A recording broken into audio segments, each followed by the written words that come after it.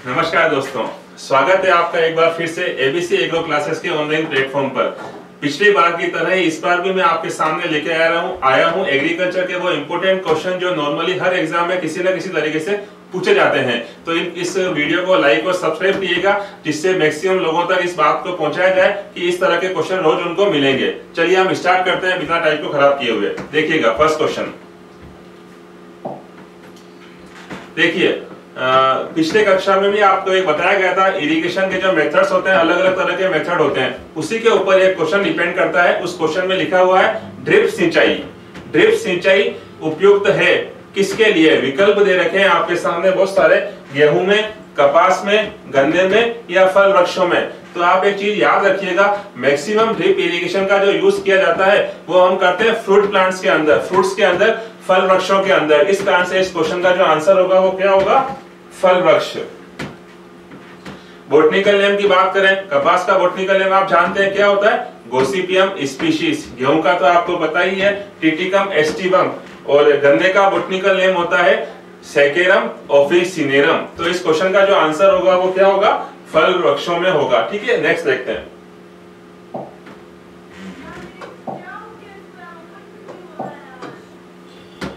टिम्पेनाइटिस एक रोग है। टिम्पेनाइटिस एक रोग है जो किससे होता है? विकल्प दे रखे हैं आपके सामने, जीवाणु जनित, विषाणु जनित, फफूंद जनित या आहार जनित। तो टिम्पेनाइटिस जो डिजीज है उसको हिंदी में कहा जाता है आफरा।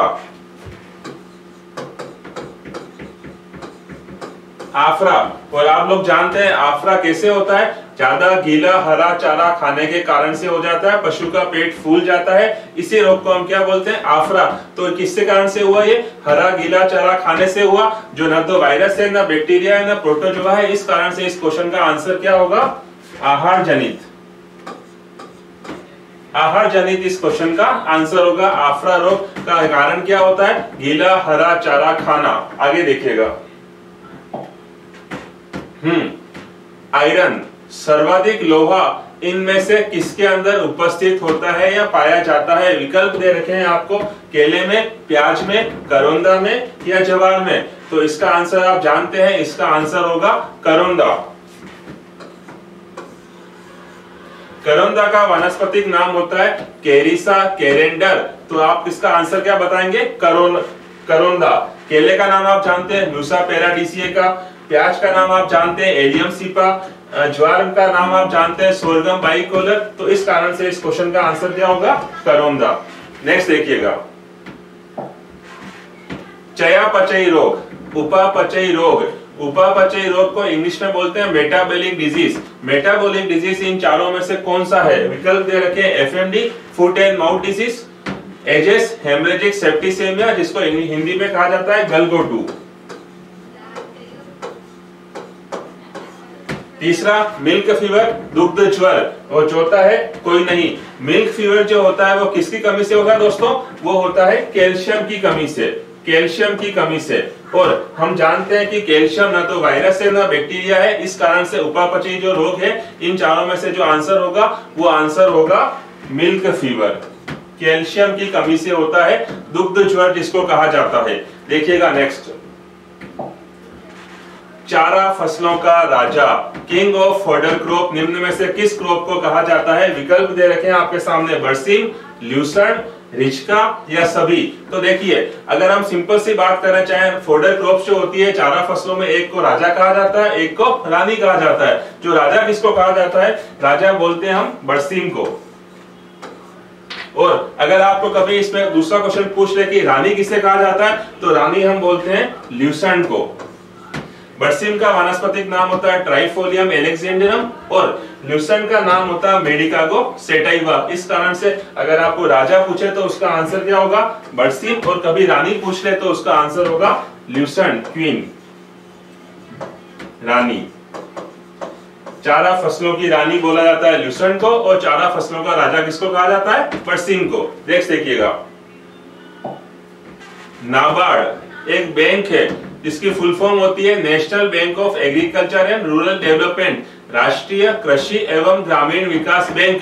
क्वेश्चन पूछा जाता है कि इसकी स्थापना कब हुई थी? तो इसकी स्थापना का जो एग्जैक्ट डेट और ईयर है वो ये वाला है 12 जुलाई 1982। इस कारण से इस क्वेश्चन का जो आंसर होगा वो होगा 12 जुलाई 1982। नेक्स्ट देखिएगा, वानस्पतिक नाम पे ही दूसरा क्वेश्चन, एक और इंपॉर्टेंट क्वेश्चन आया, कैस्टर, जिसको हम हिंदी में बोलते हैं अरंडी। अरंडी का वानस्पतिक नाम क्या होगा? अरंडी का वानस्पतिक नाम क्या होगा? तो अगर वन बाय वन बात करना चाहें, एरेकिस हाइपोजिया किसका नाम होता है? एरेकिस हाइपोजिया कहा जाता है मूंगफली के वानस्पतिक नाम को। रिसिनस कम्युनिस किसका नाम होता है? हेलियंथस किसका नाम होता है? सनफ्लावर, इसको बोलते हैं सूरजमुखी। और हम जो कैस्टर की बात कर रहे हैं, जो क्वेश्चन पूछा गया है उसका आंसर होगा रिसिनस कम्युनिस। तो इस क्वेश्चन का आंसर क्या होगा दोस्तों? Ricinus communis. तो आपको पूछ रहे हैं कैस्टर या अरंडी का वानस्पतिक नाम क्या होगा, तो उसका आंसर होगा रिसिनस कम्युनिस। नेक्स्ट देखिएगा, मृदा में, मृदा का संगठन की जब हम बात करते हैं तो मृदा संगठन के 4 मुख्य भाग होते हैं। आप लोगों को पता होगा, इस तरह से कभी संरचना देखी हो आपने, डायग्राम देखा होगा आपने, इस तरह से उसके 4 भाग होते हैं। ये होता है 45%, ये होता है 5%, ये भी 25%, ये भी 25%। ये जो 45% भाग होता है इसको बोलते हैं खनिज पदार्थ। ये 5% जो भाग होता है इसको बोलते हैं कार्बनिक पदार्थ। ये 25% में कौन होता है? हवा। इस 25% में एंटर करता है वाटर, जल। इस तरह से ये मृदा का पूरा संगठन है। अगर आप तो इस क्वेश्चन के ऊपर जाएं तो आपको पूछा गया है जैविक घटक।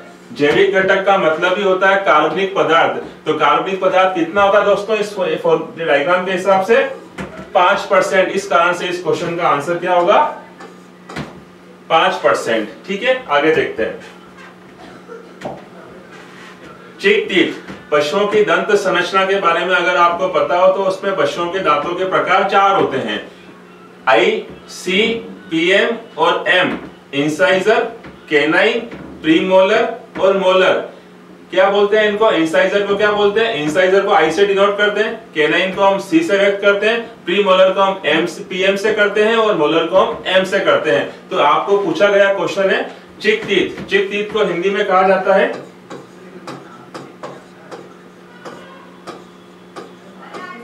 कपोल दंत। तो दोस्तों याद रखिएगा, कपोल दंत जो कॉम्बिनेशन होता है, जो किस किस को मिला के बोलते हैं, तो उसका आंसर होगा ये वाला, पीएम और एम। अग्रदाढ़ और दाढ़, पीएम का मतलब अग्रदाढ़, एम का मतलब दाढ़, इन दोनों को संयुक्त रूप से मिलाकर अगर एक नाम बोलना चाहो तो नाम होगा चिक टीथ। तो इस क्वेश्चन का आंसर होगा पीएम प्लस एम। आगे देखते हैं, पूसा स्नोबॉल एक वेराइटी का क्वेश्चन है। पूसा स्नोबॉल किसकी वेराइटी है? विकल्प दे रखे हैं आपको सामने, गोभी, मूली, प्याज या चना। तो इसमें से, इन चारों में से इस क्वेश्चन का जो आंसर होगा वो होगा गोभी। तो पूसा स्नोबॉल किसकी वेराइटी अगर आपको ऐसा पूछे तो इस क्वेश्चन का आंसर क्या बताएंगे आप लोग? गोभी की वेराइटी है। नेक्स्ट देखिएगा, क्लोरोसिस नामक एक रोग होता है प्लांट्स के अंदर, वो किस न्यूट्रिएंट या किस आवश्यक पोषक तत्व की कमी से होता है? विकल्प दे रखे हैं आपको, कॉपर, मोलिब्डेनम, मैग्नीज या फेरस। तो इसका एग्जैक्ट आंसर आप सब लोग जानते हैं, क्लोरोसिस नामक जो रोग होता है वो होता है मैग्नीज की कमी से। मैग्नीज की कमी से होता है, इस कारण से इस क्वेश्चन का आंसर आप लोग क्या बताएंगे?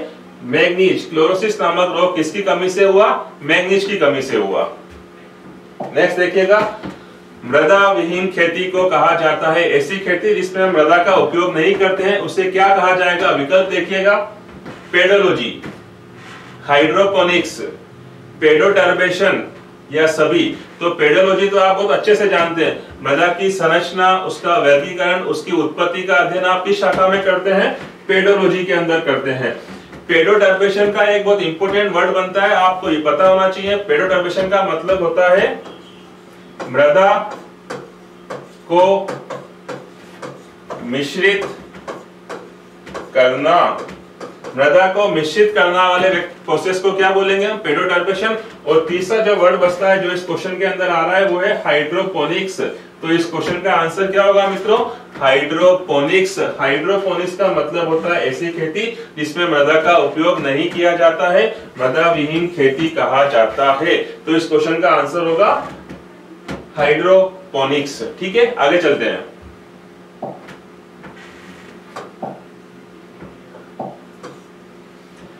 प्रोटीन की कमी से होने वाला रोग कौन सा होगा? विकल्प दे रखे हैं आपके सामने। मिल्क फीवर जो अभी हमने पढ़ा था, कैल्शियम की कमी से होता है। स्कर्वी आप लोग जानते हैं, स्कर्वी विटामिन सी। क्वांशियोकोर, तो इस क्वेश्चन का डायरेक्ट आंसर आप क्या बता पाएंगे? प्रोटीन की कमी से जब हमको पता है कि मिल्क फीवर नहीं हो सकता, स्कर्वी नहीं होगा, कोई नहीं तो पॉसिबल है नहीं, इस कारण से इस क्वेश्चन का आंसर क्या होगा? क्वांशियोकोर। तो इस क्वेश्चन का आंसर होगा मित्रों क्वांशियोकोर। यह डिजीज किसकी कमी से होता है? तो आपका आंसर आप बताएंगे प्रोटीन की कमी से होता है। नेक्स्ट देखिएगा, दूध में न्यूनतम एसएनएफ की मात्रा कितनी होनी चाहिए? एसएनएफ का मतलब होता है सॉलिड नॉट फैट, वसा रहित ठोस, वसा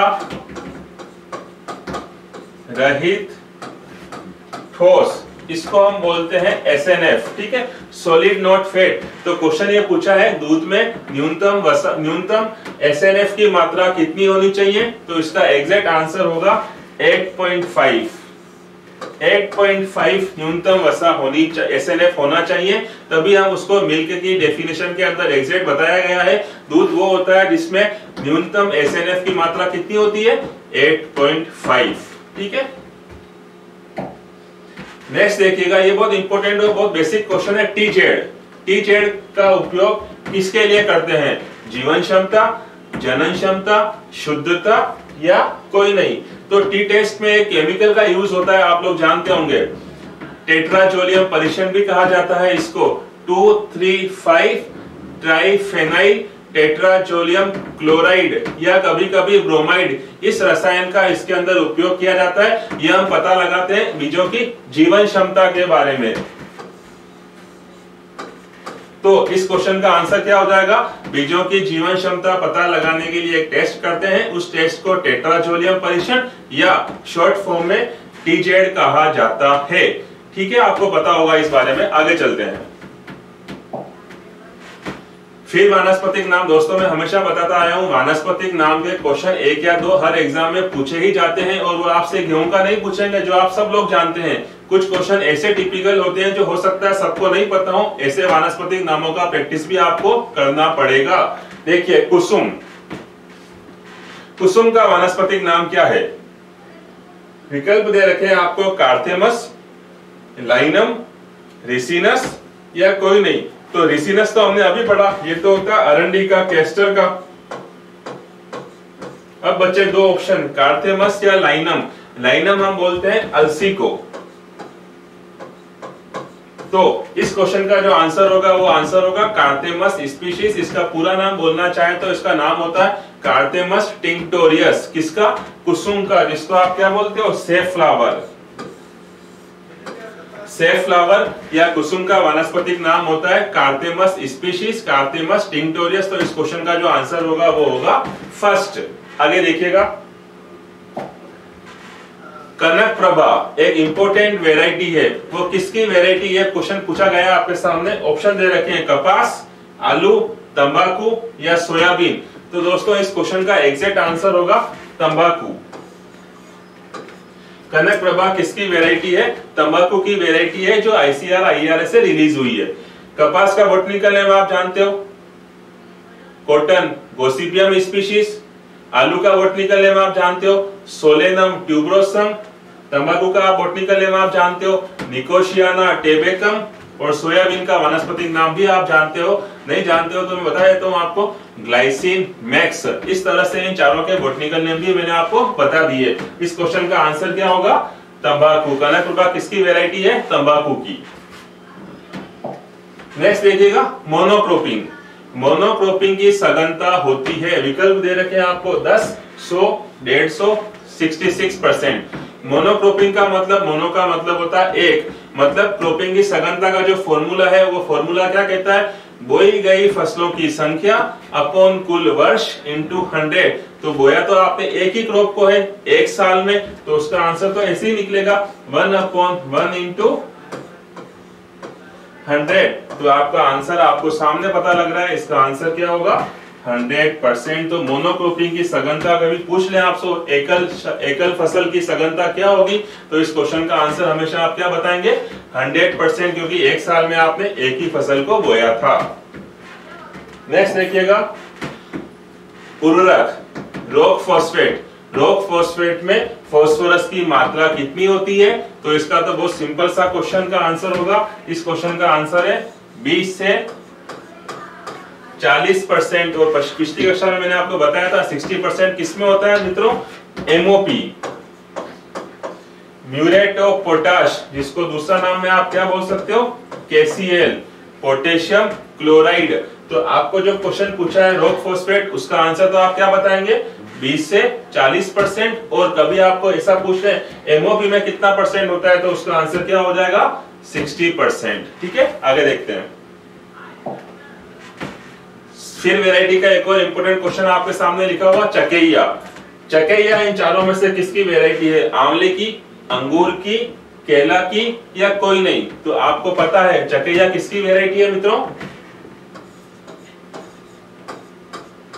आंवला की वैरायटी है। आंवले का वानस्पतिक नाम होता है एम्बिलिका ऑफिसिनेलिस, अंगूर का वानस्पतिक नाम होता है वाइटिस वेनिफेरा, केला का बॉटनिकल नेम होता है म्यूसा पेराडिसिएका, और आंवले का इस क्वेश्चन का आंसर क्या होगा? चकेइया किसकी वैरायटी है? तो आपका आंसर होगा आंवला। ठीक है, आगे देखते हैं। नेक्स्ट क्वेश्चन देखिएगा, CRRI का हेडक्वार्टर कहां उपस्थित है? CRRI का हेडक्वार्टर का मतलब सेंट्रल राइस रिसर्च इंस्टीट्यूट। चावल के संबंधी अनुसंधान भारत में कहां होते हैं? इसका आंसर होगा उड़ीसा। उड़ीसा में एक जगह है, उसको बोलते हैं कटक। CRRI का हेडक्वार्टर कहां पे? कटक, उड़ीसा में है। इसी से मिलता जुलता एक क्वेश्चन और बनता है, इस CRRI की जगह अगर IRRI लिखा होगा तो आई का मतलब इस यहाँ पे इंटरनेशनल है, इंटरनेशनल राइस रिसर्च इंस्टीट्यूट। तो इसका हेडक्वार्टर कहां पे? Philippines, Manila. ये भी आप याद रखिएगा, फिलीपींस, मनीला। ठीक है, नेक्स्ट देखते हैं, नेक्स्ट बात करते हैं। नेक्स्ट क्वेश्चन को देखिएगा आप, कवक फंजाई का अध्ययन क्या कहलाता है? फंजाई का अध्ययन हम किस शाखा के अंदर करेंगे? उसका आंसर देख, ऑप्शन देखिएगा, वायरोलॉजी, माइकोलॉजी, इकोलॉजी या सभी। तो वायरोलॉजी तो ऑब्वियस बात है, नाम से पता लग रहा है वायरस, इस कारण से ये तो होगा नहीं। ये किसकी स्टडी होगी? वायरस। इकोलॉजी, इसको हिंदी में बोलते हैं पारिस्थितिकी, वो इसका आंसर बिल्कुल नहीं हो पाएगा। पारिस्थितिकी की अलग ब्रांच होती है, जिसमें हम किसका अध्ययन करते हैं वो आप जानते हैं। इकोसिस्टम जो हो गया, इन सब चीजों का, एनवायरमेंट का जो अध्ययन होता है वो इकोलॉजी के अंदर होता है। और यहाँ पूछा है फंगस का अध्ययन, फंजाई का अध्ययन, कवक का अध्ययन, तो इसका आंसर होगा माइकोलॉजी। माइकोलॉजी में किसका स्टडी किया जाता है? तो आपका आंसर होगा मित्रों फंगस का, कवक का। देखिएगा सेम वो अभी क्वेश्चन रिपीट हो गया, कनक प्रभा मैंने आपको बताया किसका, इसका आंसर क्या होगा? तंबाकू। ये देखिएगा एक इंपॉर्टेंट क्वेश्चन, यदि बीज का आपको शुद्धता प्रतिशत लिखा हुआ है और बीज का अंकुरन परसेंट भी आपको दिया हुआ है, तो आप उसका वास्तविक मान कैसे निकालेंगे? वास्तविक मान का फॉर्मूला होता है, आप जानते हैं, purity percentage into germination percentage divided by 100। तो प्योरिटी परसेंटेज आपको कितना दे रखा है? 80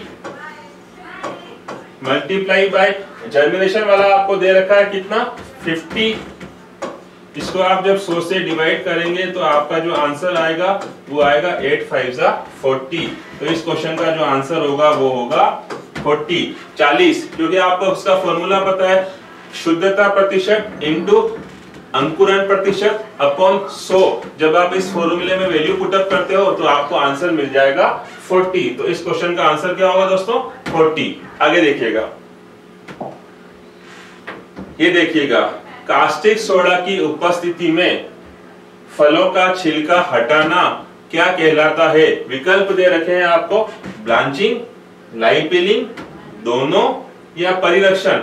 परिरक्षण का मतलब होता है प्रिजर्वेशन, फलों सब्जियों को प्रिजर्व करके रखना, लंबे समय तक उनका उपयोग हो पाए, इस कारण से। अब उसी में एक प्रोसेस होता है, उसमें दो नाम लिखे हुए हैं आपके सामने, ब्लांचिंग क्या होता है, लाइपिलिंग क्या होता है। तो ब्लांचिंग का मतलब होता है फलों या सब्जियों को गर्म पानी में डालने के बाद तुरंत जस्ट निकालकर ठंडे पानी में डाल देना, इस प्रोसेस को हम बोलते हैं ब्लांचिंग। और आपको जो पूछा गया क्वेश्चन कास्टिक सोडा की उपस्थिति में फलों का छिलका हटाना क्या कहलाता है, तो उस क्वेश्चन का आंसर होगा लाई पीलिंग। लाई पीलिंग के अंदर क्या करते हैं हम, कास्टिक सोडा का उपयोग करते हैं और उसकी उपस्थिति से फलों का छिलका हट जाता है, पीलिंग। छिलका हटना को पीलिंग कहा जाता है। इस क्वेश्चन का आंसर होगा लाई पीलिंग। देखिएगा, मृदा विहीन खेती अभी बताया था आपको, इसका आंसर क्या हो जाएगा, हाइड्रोपोनिक्स। एक बहुत इंपॉर्टेंट क्वेश्चन, वीड साइंस, खरपतवार विज्ञान, national research centre on weed science का हेडक्वार्टर कहां पे स्थित है। खरपतवार से संबंधित क्वेश्चन है ये। इसका जो हेडक्वार्टर है वो कहां पे मित्रों, जबलपुर। तो इस क्वेश्चन का जो आंसर होगा वो क्या हो जाएगा, Jabalpur. NRCWS, national research centre on weed science, इसका हेडक्वार्टर कहां पे है, तो आपका आंसर हो जाएगा जबलपुर। नेक्स्ट देखिएगा, ऑर्गेनिक मैटर, कार्बनिक पदार्थ की अगर आपको मात्रा पता लगानी है और आपको ऑर्गेनिक कार्बन दिया हुआ है, तो आप उसको किससे मल्टीप्लाई करेंगे कि आपको उसका आंसर मिल जाए। तो सामने एक बहुत इंपॉर्टेंट वर्ड लिखा हुआ है, वो है ये 1.724, इसको बोलते हैं बेमेलियन कारक।